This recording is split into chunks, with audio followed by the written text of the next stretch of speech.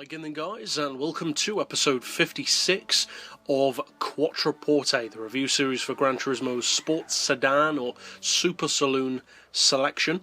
And in this particular pick we're featuring the final variant of the Mitsubishi Evo, which we're probably going to be reviewing in this series unless we specifically get requests to review other ones. There are some Evos which we have not reviewed.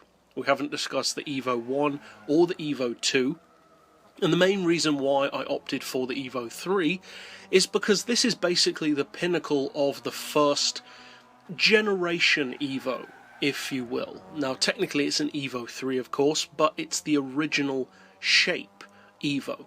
The Evo 1, 2 and 3 have the same underlying style of vehicle, and they just get more extreme with each version. It wasn't until the Evo 4 that there was that radical redesign, and then basically after that everyone looked different. Now as I said, if we do get specific requests for say the Evo 1, the Evo 2, the Evo 7 even, then we will review those as well. But for now at least we're ending it with the Evo 3 because we've covered, like with the Impreza, the most important bases, if you will, of the different generations of Evo, the most significant ones.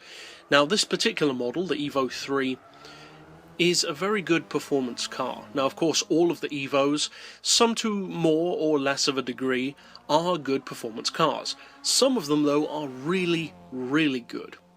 This, I would say, is one of the very good ones.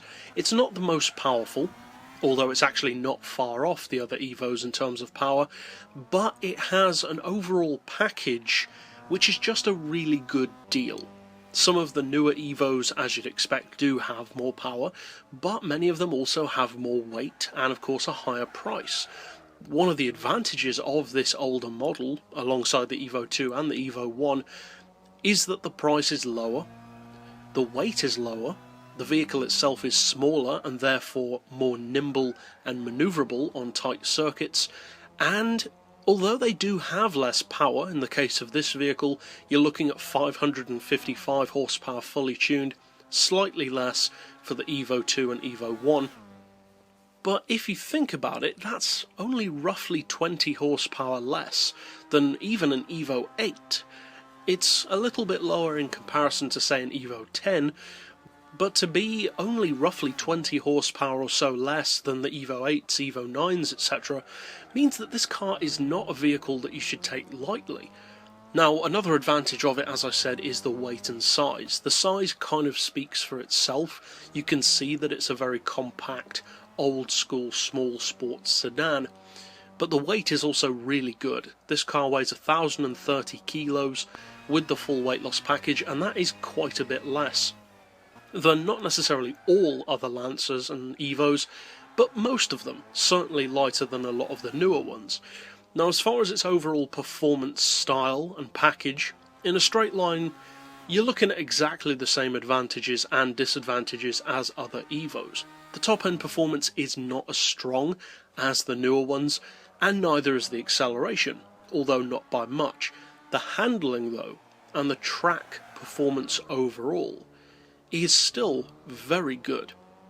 Now as far as the rest of its spec, it has of course got a 2 litre turbo engine, obviously it's all-wheel drive, and as well as that 555 horsepower, you're also looking at 405 foot-pounds of torque, 539 horsepower per tonne thanks to the low weight and really decent horsepower, and the PP fully tuned is also, interestingly, 555, exactly the same as the power. Now that's pretty high, especially for an older sedan, and I wouldn't necessarily, as with many vehicles, recommend racing it at its fully tuned level.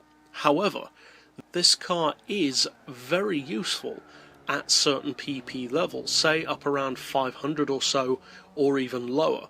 And as far as the price, as I already mentioned, it's really good value. It costs a little bit less, just a fraction less than the Evo 4 at just under 30 grand. Overall, the value on all of the Evos is pretty good, to say the least. Now, as far as overall performance and whether or not you should buy one, it does depend, of course, on what kind of an Evo fan you are. If you prefer the newer models, then there's no real persuading that I would do to try and say that you should get this one instead, because they're all very good, some in more ways than others. This one though is, I would say, as good as any of the others. It's just good at different things. If you're looking for an Evo that has a more straight line speed, then you'd be better off going for one of the newer ones. If though you're looking more for nimbleness and steering and handling overall, then this first generation shape is a better vehicle, I would say, than the newer, bigger, bulkier Evos. Overall though, whichever Evo you go for, you're guaranteed good performance. So overall, that's it for this particular pick. I'll see you guys next time, and as always, thanks for watching.